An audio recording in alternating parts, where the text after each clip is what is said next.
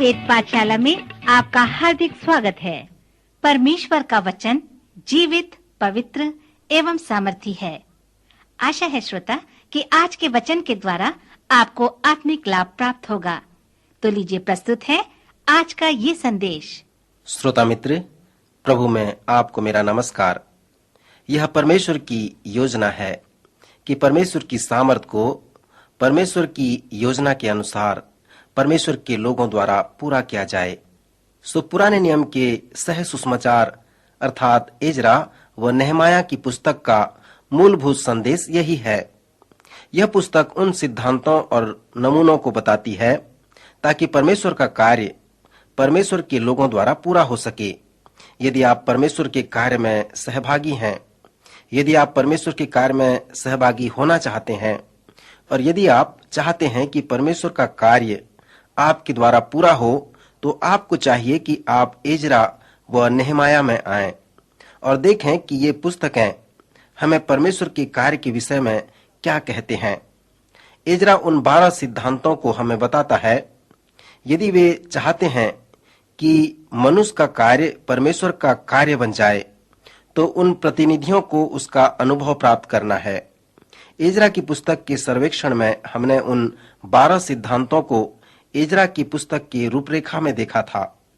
नेहमाया की पुस्तक परमेश्वर के कार्य के विषय अलग प्रकार की बातों को बताता है। यहाँ पर अगुओं के विषय में बताया गया है। परमेश्वर ऐसे अगुओं का चयन करता है जिनके द्वारा वह अपना कार्य पूरा कर सके। यदि आप सोचते हैं कि आप एक कलीसिया को चलाना चाहते हैं या परमेश्वर के लिए एक बड़ा कार्य करना चाहते हैं, तो आपको एजरा के उन 12 सिद्धांतों को देखना और प्रार्थना करने की आवश्यकता है, ताकि जैसे स्वर्ग में उसकी इच्छा पूरी होती है, वैसे ही इस पृथ्वी पर भी आपके द्वारा परमेश्वर की इच्छा पूरी हो सके। एजरा की पुस्तक में हमने देखा कि केवल परमेश्वर के लोग ही उसका कार्य कर सकते हैं। आप मनुष्य के बल व सामर्थ्य से परमेश्वर के कार्य को नहीं कर सकते। आपको परमेश्वर के कार्य के लिए परमेश्वर के सामर्थ्य की आवश्यकता है और परमेश्वर की सामर्थ्य परमेश्वर के लोगों के पास ही होती है। परमेश्वर मनुष्य के हृदय में रहता है और पवित्र आत्मा की सामर्थ्य उन्हें प्रदान करता है ताकि इस पृथ्वी पर परमेश्वर का कार्य पूरा हो सके। पवित्र शास्त्र में एजरा व नेहमाया का एक सुंदर उदाहरण है। दोनों व्यक्तियों ने अगुवेपन का एक अच्छा अध्ययन किया। उनके पास अगुवेपन के विभिन्न तरीके हैं। एजरा के पास पास्टरी अगुवेपन का सिद्धांत है। एजरा एक शास्त्री व एक अच्छा शिक्षक था। वह परमेश्वर में समर्पित था। प्रशिक्षण की सेवा में एजरा ने लोगों को परमेश्वर का वचन सिखाया करता था। सो परमेश्वर के लोगों को अगुवाई प्रदान करने का अनेक तरीका था। पास्टर एक महान अगुवा होने के कारण उसे परमेश्वर के लोगों को अगुवाई प्रदान करना था। वह लोगों को अगुवाई प्रदान कर सकता था क्योंकि उसे इसका आत्मिक वरदान मिला था। क्योंकि वह एक अच्छा प्रचारक था, अच्छा शिक्षक था, सो वह परमेश्वर के लोगों को परमेश्वर का वचन भली भांति सिखा सकता था। उसके अगुवेपन का जो तरीका था या जो नमूना था, वो प्रशिक्षण देने का नमूना था। जैसे हमने देखा कि एजरा के पास प्रशिक्षित करने का एक बड़ा वरदान था। उसे लोगों को सिखाने की एक बड़ी इच्छा थी। सो इस प्रकार एजरा ने लोगों को सिखाया और उनकी अगुवाई प्रदान की। इसके साथ ही साथ एजरा ने परमेश्वर के लोगों को अपने अनुभव के द्वारा सिखाया। जब परमेश्वर के लोगों को बेदारी की आवश्यकता होती थी, तो वह सड़क में चला जाता था और परमेश्वर के समक्ष अपने मुंह के बल गिर पड़ता था और उपवास के साथ प्रार्थना करता और लोगों के पापों के लिए रोया करता था। फिर एक के बाद एक लोगों ने एजरा के साथ मिलना प्रारंभ किया, जिसके द्वारा एक बड़ी जागृति लोगों में आने लगी। सो इस प्रकार एजरा ने एक बड़े जागृति के कार्य को पूरा कर लिया। नेहमाया का अगुवापन अलग प्रकार का था। जब नेहमाया शासक था, तब लोग बेदारी चाहते थे। जब यहूदी लोग बाबुल में थे और वहां से वापस आए, तो उन्होंने अन्य जातियों के साथ विवाह किया। इस प्रकार के विवाह ने नेहमाया को बहुत दुखी कर दिया था। फिर उन लोगों के जीवन में आत्म जागृति लाने के लिए नेहमाया के वचनों को सुने। उसने कहा, फिर उन्हीं दिनों में मुझको ऐसे यहूदी दिखाई पड़े जिन्होंने अस्दोदी, अम्मोनी और मोआबी स्त्रियां ब्याह ली थीं, और उनके लड़के वालों की आधी बोली अस्दोदी थी और वे यहूदी बोली न बोल सकते थे। वे दोनों जाति की बोली बोलते थे। तब मैंने उनको डांटा और कोसा और उनमें से कितनों को पिटवा दिया और उनके बाल नचवाए और उनको परमेश्वर की ये शपथ खिलवाई कि हम अपने बेटियां उनके बेटों के साथ ब्याह में न देंगे और न अपने लिए व अपने बेटों के लिए उनकी बेटियां ब्याह में लेंगे। मित्र, आप यहाँ पर देख सकते हैं कि नेहमाया का अगवापन अलग प्रकार का अगवापन था। मैं नहीं जानता कि कुछ पास्टर इस प्रकार की अगुवाई करते हैं कि नहीं करते, परंतु नेहमाया के अगवेपन का तरीका यही था। आप कह सकते हैं कि परमेश्वर के कार्य में एजरा एक वास्तुकार था, जिसने परमेश्वर के कार्य के द्वारा एक रूपरेखा को प्राप्त किया था, परंतु नेहमाया एक निर्माता था। वह परमेश्वर के कार्य में बहुत व्यस्त था। वह आत्मिक रूप से चलने वाला व कार्य करने वाला व्यक्ति था। सो यद्यपि ये दोनों व्यक्ति अलग अलग प्रकार के अगुवे थे, फिर भी दोनों प्रभावशाली अगुवे थे। जैसे हम नेहमाया की पुस्तक में आते हैं तो हमें अगुवेपन के सिद्धांत को देखने की आवश्यकता है। मित्र, आप इस नेहमाया की पुस्तक को पढ़ें और उनके स्वभाव को देखें। नेहमाया की पुस्तक में मैं परमेश्वर के कार्य के लिए पार्श्व चित्र या रेखा चित्र कहता हूँ।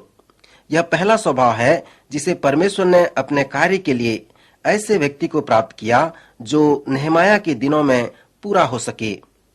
परमेश्वर ने ऐसे व्यक्ति को देखा जिसके पास परमेश्वर के कार्य को करने के लिए बोझ था। जैसे कि मैं एक पास्टर हूँ तो लोग मेरे पास आकर कहते हैं कि पास्टर, हम जवान लोगों के लिए कुछ करना चाहते हैं। हमें जवान लोगों के प्रति बहुत बोझ है। मैं उनसे हमेशा कहता था कि हम उन जवानों के साथ कार्य करेंगे। मैंने ऐसे लोगों को देखा जिन्हें जवान लोगों के साथ कार्य करने का एक बड़ा बोझ था। परमेश्वर उन लोगों को बुला रहा था कि वे जवानों के मध्य में कार्य करें। परमेश्वर के कार्य को करने का जो चिन्ह है वो उसके कार्य के प्रति उसका बोझ है। इसलिए जबकि मैं एक पास्टर हूँ तो हमेशा ऐसे लोगों को देखता हूँ जिन्हें परमेश्वर के विशेष कार्य करने का बोझ रहता है। यदि परमेश्वर आपको उसके एक बड़े कार्य के लिए बोझ देता है कि वह कार्य आपके द्वारा किया जाए, और यदि आप उस कार्य के लिए प्रार्थना कर रहे हैं और परमेश्वर आपकी प्रार्थना का उत्तर अवश्य देगा। फिर यहाँ पर दूसरा स्वभाव है कि जब परमेश्वर अपने कार्य के लिए अगुओं का चुनाव करता है, जब परमेश्वर को अपने कार्य के लिए अगुओं की आवश्यकता होती है, तो उस व्यक्ति के पास परमेश्वर के कार्य के संबंधित परमेश्वर का वचन होना चाहिए। पिछले चरण में मैंने बताया था कि वह व्यक्ति जो परमेश्वर का कार्य महान रूप से करता है, उसे चाहिए कि वह परमेश्वर के कार्य के प्रति परमेश्वर के वचन से प्रकाशन प्राप्त करे। नेहमाया की पुस्तक में इस बात को समझाया गया है। नेहमाया ने बताया है कि वह एक ऐसा व्यक्ति है जिसके जीवन में परमेश्वर के कार्य के प्रति बोझ है। जब नेहमाया सुना कि यरूशलेम शहर की शहरपना टूटी हुई है और उसके फाटक जले हुए हैं, तब वह बैठकर कितने दिनों तक उपवास के साथ रोते और विलाप करते रहा। मित्र, आप यहाँ पर देखें, यहाँ पर वह यरूशलेम के लिए रोने और विलाप करने लगा। वह ऐसा इसलिए किया क्योंकि उसको परमेश्वर के कार्य के प्रति एक बड़ा बोझ था। परमेश्वर ने नेहमाया की प्रार्थना सुनी और इस सच्चाई को उसके हृदय में प्रकट किया। उसने कहा, यरूशलेम ही वो स्थान है जिसे मैंने अपने निवास के लिए चुन लिया है, परंतु यहाँ की शहरपना टूटी हुई है और उसके फाटक जले हुए हैं। सो इस प्रकार नेहमाया ने परमेश्वर के कार्य को करने के संबंधित परमेश्वर से वचन प्राप्त किया। परमेश्वर चाहता था कि नेहमाया यरूशलेम की शहरपना का पुनर्निर्माण करे। परमेश्वर के कार्य को पूरा करने के लिए तीसरा जो स्वभाव है वो है कि उस व्यक्ति को जो परमेश्वर के कार्य को पूरा करना चाहता है वह परमेश्वर के कार्य के प्रति समर्पित हो जाए। जिन स्त्री पुरुषों को परमेश्वर अपने कार्य में अगुवाई करने के लिए चुनता है उन्हें परमेश्वर के उस कार्य के प्रति बोझ होनी चाहिए और उन्हें उस कार्य के प्रति परमेश्वर से वचन प्राप्त होनी चाहिए और साथ ही साथ उस कार्य के प्रति उन्हें समर्पित होनी चाहिए। जब नहमाया राजा का प्याऊ था तब वह परमेश्वर के कार्य के प्रति समर्पित था। उन दिनों में यदि आप प्याऊ हैं तो आपको चाहिए कि राजा के पहले आप उस दाखमधु का स्वाद चख लें। यदि कोई उसमें जहर मिला दिया हो तो उसे आप राजा के जीवन को बचा सकते हैं। इस प्रकार इस कार्य के प्रति नहमाया समर्पित था। परमेश्वर के कार्य को करने के लिए अगुवों की जो चौथी विशेषता है कि उस अगुवे के पास परमेश्वर के कार्य के प्रति दर्शन होनी चाहिए। जहां पर दर्शन नहीं होते वहां पर लोग नाश हो जाते हैं। सो परमेश्वर के अगुवों के पास न केवल दर्शन होनी चाहिए परंतु उन्हें उस दर्शन को बताने वाले होने चाहिए। नहमाया के दूसरे अध्याय में आप देख सकते हैं कि नहमाया के पास दर्शन था। जब नहमाया दोबारा यरूशलेम में जाता है हम पढ़ते हैं जहां पर वह कहता है, मेरे परमेश्वर ने यरूशलेम के हित के लिए मेरे मन में क्या उपजाया था उसे मैंने किसी को नहीं बताया। सो यही है वो दर्शन। परमेश्वर के लोगों ने यरूशलेम के शहरपनाह को बनाने का निर्णय किया और कार्य प्रारंभ किया। सो नहमाया जो एक अगुवा था उसके पास परमेश्वर के कार्य के लिए एक दर्शन था और उसने उस दर्शन को लोगों के साथ बांटा। पांचवा स्वभाव जो परमेश्वर के अगुवों के लिए है वो है कि उस अगुवे को परमेश्वर और उसके कार्य के पीछे चलने वाला होने चाहिए।